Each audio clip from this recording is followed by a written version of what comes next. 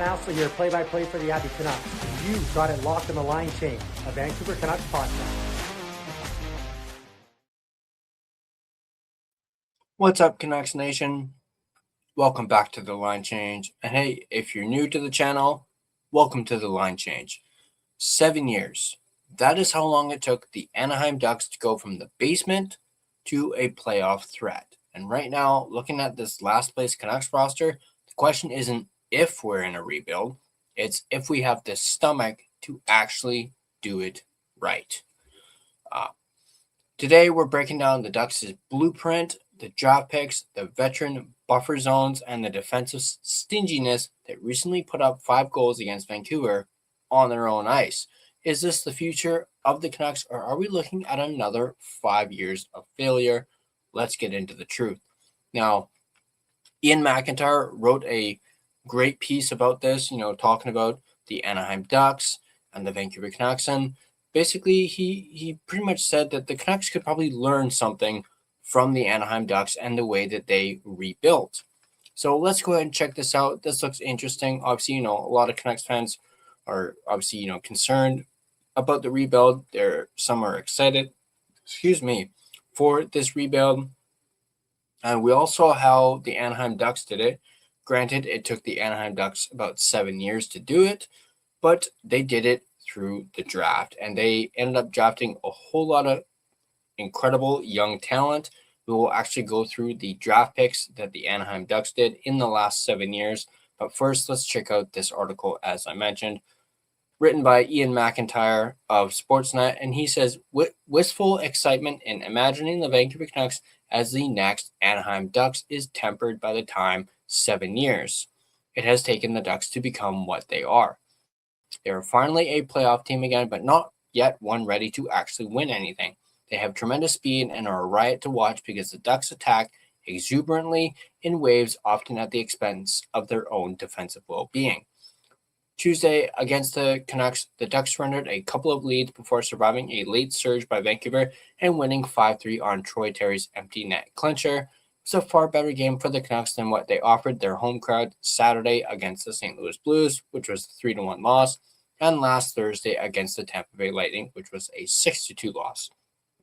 But was still Vancouver's third straight defeat at Rogers Arena, and its 5th in 7 games during a marathon homestand that ended up ending Thursday against the Kings with yet another loss. This time, they were shut out by the LA Kings. But the Ducks were also a lot more fun for the Canucks to play than St. Louis or Tampa or even LA for that matter, which each limited Vancouver to just 10 shots through 2 periods. The Canucks' 30 shots on Tuesday, the Ducks had 34, equaled their second highest total in the last 18 games. I thought it was a better effort, Canuck winger Jake DeBrusk said after opening the scoring, but I still thought we gave away way too many grade A's, scoring chances, that is. I think they had 5 breakaways and a couple 2-on-1s in there, so it wasn't necessarily our best game by any means, but I definitely liked our effort and the pushback. The Ducks have obviously gone through a lot of growing pains, got a lot of younger guys, some older guys mixed in there. I like the way they play. I think they play hard. Obviously, they're known as a run-and-gun team because they can score goals, but I like the speed. I think that's the biggest part of their game. They probably want to clean up some things defensively, but they're leading our division right now for a reason, and I think it's because they're starting to learn how to play a little tighter. Asked Tuesday morning what lessons the Canucks could take for their rebuild from the Ducks, Vancouver coach Adam Foote hesitated long enough for the Buffalo Sabres and Detroit Red Wings to actually make the playoffs. Foote could have said, miss the playoffs for 7 straight seasons and be so bad during a 4-year period that you draft 3 times in the top 3. Instead, after measuring his answer, Foote talked about surrounding good young players with some careful, chosen veterans who give the prospect space, but he also noted, as many do not, that the Ducks are still a work in progress and need to learn not to play run and gun each game. The Ducks at least have more or less shown progress in a rebuild whose foundation is drafted core players Leo Carlson, Mason McTavish, Beckett Sennecke, Jackson Lacombe, and Lucas Dostal, and acquired in-trade sniper Cutter Gauthier. Still, after 9 straight losses, the Ducks were not so mighty, 21-3 on January 10th, when coach Joel Quenneville convinced them to start defending better. They are 19-6-1 since then and have allowed 3 or fewer goals in 18 of those games. A few times when they've been porous, the Ducks' speed and talent have allowed them to outscore their deficiencies. They've also buoyed by an 8-0-1 record in overtime and shootouts the last 2 months. For what it's worth, Anaheim hasn't lost any of its 8 shootouts this season. Whether this makes them a playoff threat is doubtful, but right now they're definitely a playoff team. Not only are they winning the Pacific Division pillow fight, they've built a 10-point cushion in the wild card race, so they'll be returning to the Stanley Cup tournament for the first time since 2018. I think the one thing we said was, hey, listen, we've got to look at this differently. Quenneville said Tuesday of the Ducks' midwinter turning point. We've got to play games where we've got to be more stingy. It's not about making plays every single time we're out there expecting a score. We've got to play games that are going to be tight the whole way and build off of checking. And, different guys were stepping up, scoring some big goals and some timely goals, but it wasn't pretty. Basically doing everything we could to win that game and play the right way.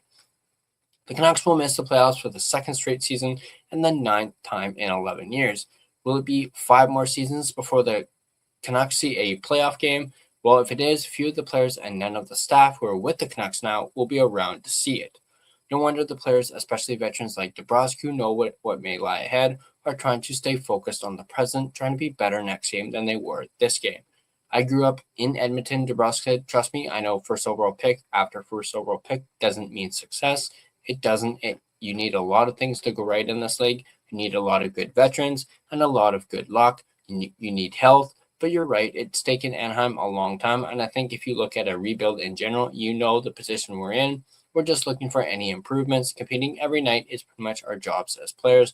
That's all we can control. DeBrusk, Besser, and O'Connor scored for the Canucks in that game against Anaheim. A pair of power play assists by Elias Pettersson gave him 500 points in 533 games with Vancouver.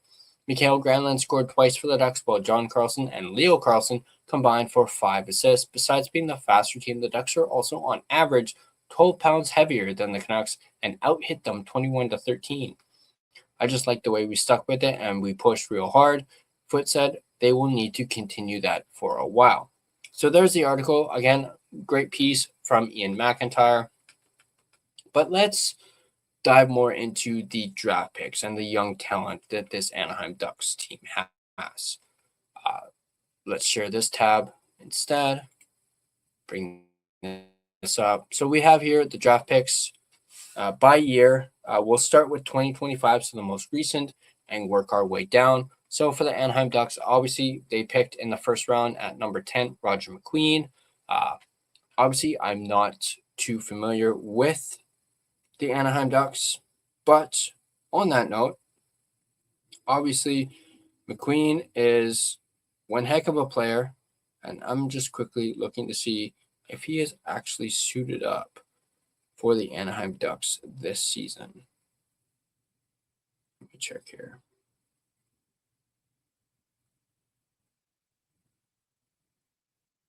So yeah.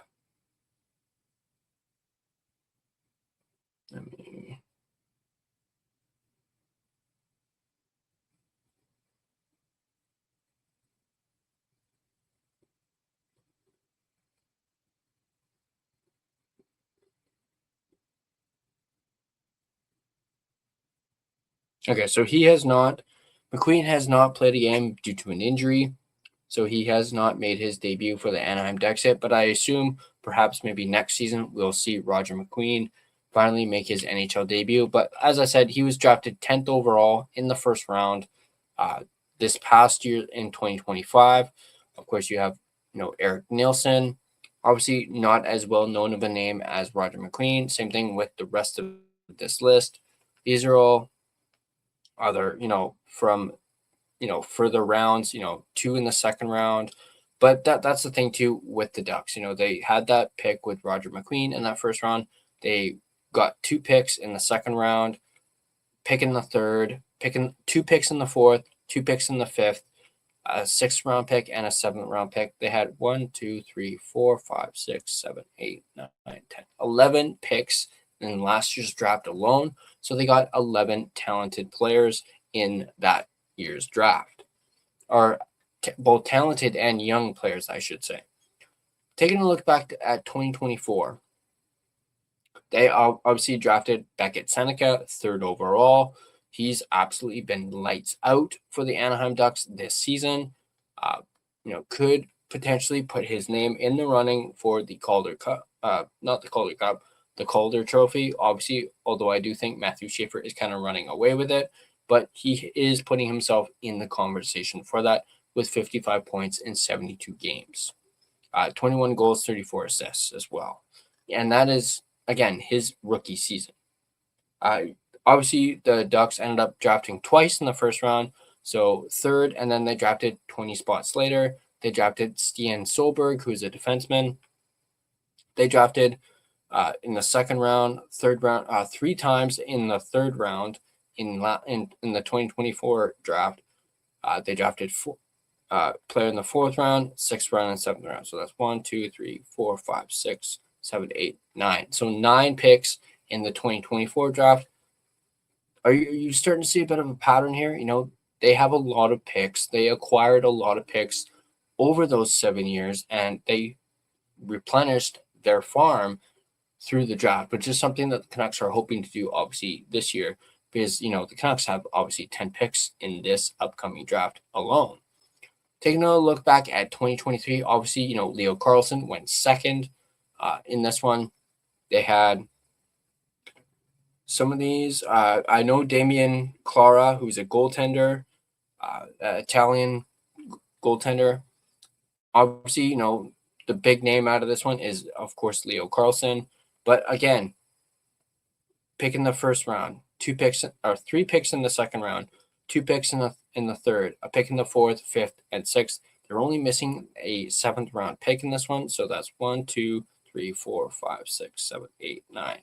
Again, another 9 picks in the 2023 draft for the Anaheim Ducks. So once again, they are replenishing their farm system with all these by acquiring all these draft picks. Move down to 2022. You have Pavel Mintyukov. Apologies if I mispronounced his name. He was obviously drafted 10th overall. And of course, in this one, they also had 2 picks in the 1st round. They drafted Nathan Gauthier. Apologies again if I mispronounced his name. So they drafted twice in the 1st round, twice in the 2nd, in the 4th, 5th, or I should say twice in the 5th, and in the 6th. So that's 1, 2, 3, 4, 5, 6, 7, 8. 8 picks in the 2022 NHL draft. Move down to 2021. Obviously, they pick Mason McTavish, 3rd overall. So another 3rd overall pick.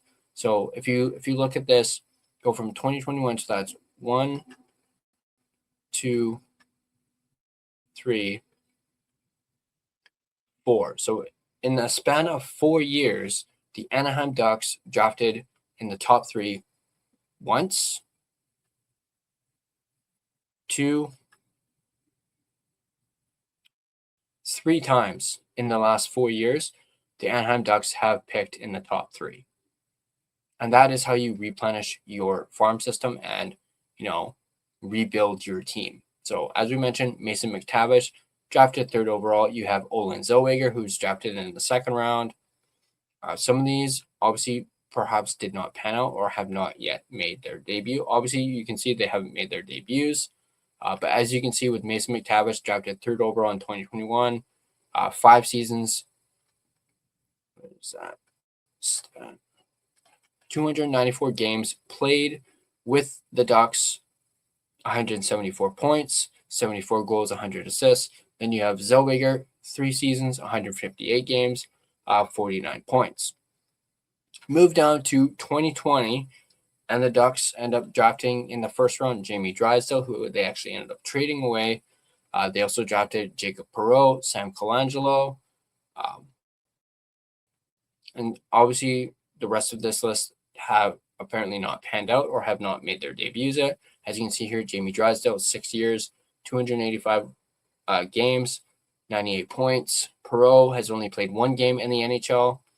Colangelo has only played 3, but 14 points in 3 games.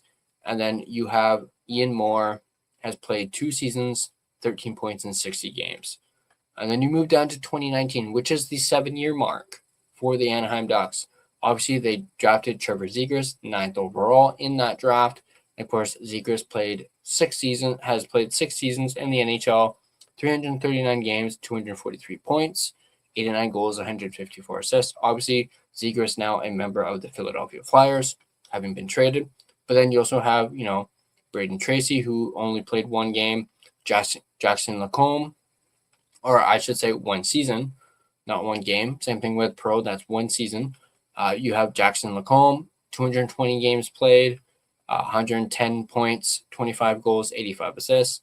You have Henry Thrun, who the Ducks got having played 4 seasons, 123 games, 25 points, 5 goals, 20 assists. And then even if you go past the 2019 season, the 7-year mark, they obviously drafted. Sorry, there's a fly. They drafted Lundstrom, Benoit Olivier Giroux. Apologies if I mispronounced that. Obviously, you see here Lucas Dostal, drafted in the 3rd round in this draft. And of course, again, they have multiple picks in the 3rd round in the 2018 draft. Dostal, obviously, having played 5 seasons, 170 games. You even go back down to 2017, Maxime Comtois. Again, I apologize if I mispronounce his name. 6 seasons, 211 games. And then this is where, obviously it was prior to their rebuild. They drafted Max Jones, Sam Steele, who's a regular NHLer. So is Jones, as so is Mahura. Go down to 2015. You have Troy Terry there in the 5th round, who's played 9 seasons, 337 points in 478 games. You even have Marcus Pettersson, current Vancouver Canuck, who's, of course, drafted by the Anaheim Ducks, has played 9 seasons, 176 points in 593 games. Brandon Montour, there's another one who's drafted by the Anaheim Ducks, 10 seasons, 324 points in 654 games. Andre Cassius, Shea Theodore, another big name there, drafted in the 1st round by the Anaheim Ducks. And you can really see a pattern once again with these later on drafts. They have, 1, 2, 3, 4, 5, 6, 7, only 7 picks in this one. They have 1, 2, 3, 4, 5 picks. You can see the limited amount of picks that they're getting. Once we're getting to the, late 20 or the early 2010s, I should say, less and less picks. Obviously, 2012, they had 1, 2, 3, 4, 5, 6, 7, 8, 9. They, of course, drafted Hampus Lindholm in the 1st round in this one. Freddie Anderson as well, who has played 14 seasons, 547 games. You have Lindholm, 13 seasons, 335 points in 820 games. Ricard Raquel, John Gibson, William Carlson. Now you're starting to see a lot more names who have played, 14 years, 13 years, 12 years in the NHL. And again, you're having 1, 2, 3, 4, 5, 6, 7 picks. You have Cam Fowler, Emerson Adam. See if there's anyone else. Cal Palmieri. Oh, now we're getting into the way territory now. But you guys get what I'm trying to get at with this. The Anaheim Ducks have managed to successfully, yes, it's still in progress with this season, but we know they're guaranteed to make the playoffs. But they did this through the draft and with lots of draft picks, replenishing their draft capital and getting all these young and talented players. So that is why we're saying in this video, Canucks should probably look at the Ducks as a blueprint for how they want to do their rebuild.